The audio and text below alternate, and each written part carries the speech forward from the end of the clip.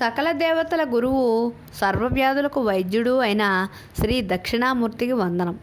శ్రీ దక్షిణామూర్తి ఆరాధనం అఖండమైన మేధా సంపత్తిని ఇస్తుంది. ప్రతి నిత్యము పిల్లలు శ్రీ దక్షిణామూర్తిని ఆరాధించిన విద్యల్లో విజయం లభించును. అఖండమైన విద్యను అందించే ఆది గురువు శ్రీ దక్షిణామూర్తి. దక్షిణామూర్తి ఆ పరమేశ్వరుని అంశ. దక్షిణామూర్తి అరుణాచలంలో కొలువై ఉన్న ప్రత్యక్ష దైవం. స్వామిని అనునిత్యం ఆరాధించి స్వామి కీర్తనను అనునిత్యం పఠించిన అఖండమైన ఐశ్వర్యం, ఆరోగ్యం.